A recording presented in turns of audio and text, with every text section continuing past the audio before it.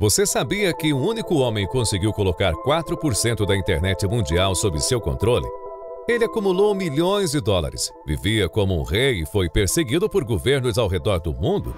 Essa é a história de Kim Dokton, o gênio por trás do Mega Upload, um site que revolucionou o compartilhamento de arquivos e colocou Hollywood e o FBI em estado de alerta.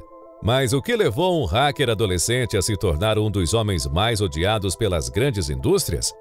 E por que ele foi caçado como se fosse um terrorista? A resposta para isso é tão chocante quanto fascinante, e você não vai acreditar nos detalhes dessa história. Kim Dokton, que na verdade nasceu como Kim Schmitz, veio ao mundo em 21 de janeiro de 1974 em Kiel, uma cidade na Alemanha Ocidental. Desde cedo ele mostrou que não era uma criança comum. Enquanto outros garotos jogavam futebol ou brincavam de carrinho, Kim passava horas desmontando eletrônicos e aprendendo sozinho sobre como funcionavam os computadores. Mas não se engane, Kim não era um garoto estudioso nem um gênio exemplar. Ele era um encrenqueiro. Com apenas 13 anos, ele começou a hackear sistemas de segurança, invadindo redes de grandes empresas e, em alguns casos, até de órgãos governamentais. Kim afirmava ter invadido os sistemas da NASA, do Pentágono e até do Citibank. Ele dizia que roubava os códigos de acesso e os vendia a outros hackers por $200. Um valor baixo, mas para um adolescente na década de 80 era uma verdadeira fortuna. E você sabe o que é mais louco? Kim fazia questão de exibir seus feitos publicamente.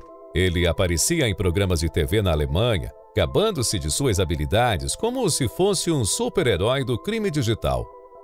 Mas, como dizem, quanto maior o ego, maior a queda. Em 1994, Kim foi preso pela primeira vez acusado de espionagem digital, fraude computacional e outros crimes cibernéticos. Ele enfrentava mais de 20 acusações e a pena poderia ser longa, mas por ser jovem, o juiz decidiu dar uma chance. Ele escapou com uma pena suspensa de 2 anos. E você acha que ele aprendeu a lição? Nada disso. Kim viu essa oportunidade como um sinal de que ele estava destinado a algo grande. Após escapar da prisão, Kim decidiu que era hora de usar sua fama como hacker a seu favor. Ele fundou a Data Protect, uma empresa de consultoria em segurança digital que logo atraiu grandes clientes. Kim vendia soluções para empresas que temiam ser invadidas por outros hackers. Ironicamente, ele agora era pago para proteger sistemas que ele mesmo sabia como quebrar. A partir daí, o dinheiro começou a entrar, e não era pouco dinheiro, e sim alguns milhares de dólares. Kim começou a ostentar, comprou supercarros, iates e mansões. Ele era obcecado por ser notado, por isso gastava milhões em festas luxuosas e vivia exibindo sua riqueza na internet. Kim foi um dos primeiros influenciadores digitais, muito antes de existirem redes sociais como o Instagram ou TikTok.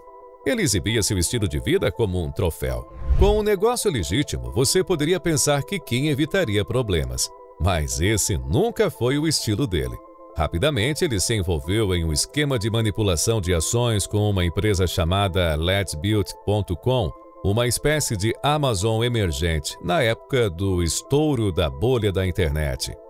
Após um colapso financeiro, a empresa estava à beira da falência em 2001. Kim investiu 375 mil euros para salvá-la e prometeu atrair investidores com 50 milhões para reverter a situação. Ele foi visto como um herói e as ações da empresa dispararam. No entanto, nem a reviravolta nem os 50 milhões se concretizaram. Kim embolsou um lucro de 1,5 milhão de euros graças à manipulação das ações. Isso não foi tudo. Ele também fundou empresas de fintech chamadas Monkey AG e Monkey Bank, de onde desviou centenas de milhares de euros. Dessa vez, ele se tornou um alvo prioritário da polícia. Com medo de perder a liberdade, Kim fugiu para a Tailândia, mas acabou extraditado para a Alemanha, onde foi preso em novembro de 2003. Ele passou 5 meses na prisão aguardando julgamento, recebendo, em seguida, outra pena suspensa de 20 meses. Convencido de que a Alemanha era seu maior obstáculo, Kim mudou-se para Hong Kong em 2003 para continuar suas empreitadas em um novo ambiente. Foi lá que, em 2005, ele fundou o Mega Upload, que rapidamente se tornou um dos maiores sites de compartilhamento de arquivos do mundo. Um site que prometia algo simples, permitir que usuários fizessem upload e download de arquivos de uma forma rápida e prática. Mas ninguém, nem mesmo Kim, imaginava que o site se tornaria tão gigantesco.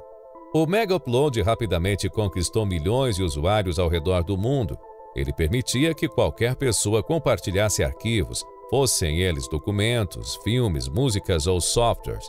No auge, o site tinha mais de 50 milhões de usuários registrados e representava 4% de todo o tráfego da internet. Para você ter uma ideia, hoje o TikTok representa cerca de 5% do tráfego global. Ou seja, o Mega Upload era um verdadeiro titã digital. Mas nem tudo eram flores. Boa parte dos arquivos compartilhados do site era protegida por direitos autorais e isso começou a incomodar a indústria do entretenimento.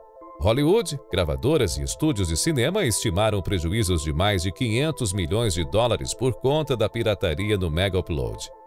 Em 20 de janeiro de 2012, a polícia da Nova Zelândia utilizou seu grupo especial antiterrorismo para conduzir uma invasão ilegal em uma mansão de 32 milhões de dólares, envolvendo 76 agentes e 2 helicópteros. Esse ataque foi solicitado especialmente pelo FBI.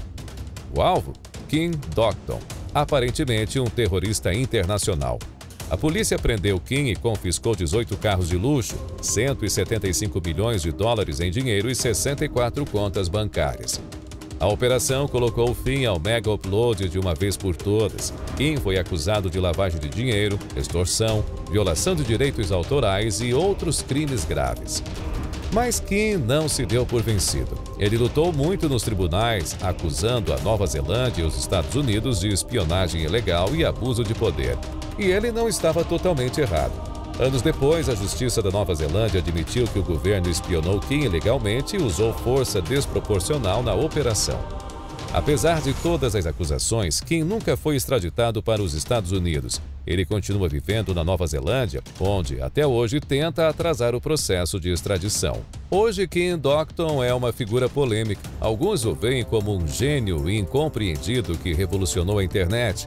Outros o enxergam como um criminoso que explorou brechas legais para enriquecer. Seja qual for sua opinião, uma coisa é certa. A história de Kim Dokton é um exemplo fascinante de como o poder da internet pode transformar e destruir vidas. Kim Dokton é um herói ou vilão? Gênio ou criminoso? Sua história levanta questões importantes sobre o futuro da internet, privacidade e direitos autorais. E você? O que pensa sobre tudo isso? Deixe sua opinião nos comentários. E não se esqueça de curtir e se inscrever para mais histórias surpreendentes como essa. Até a próxima!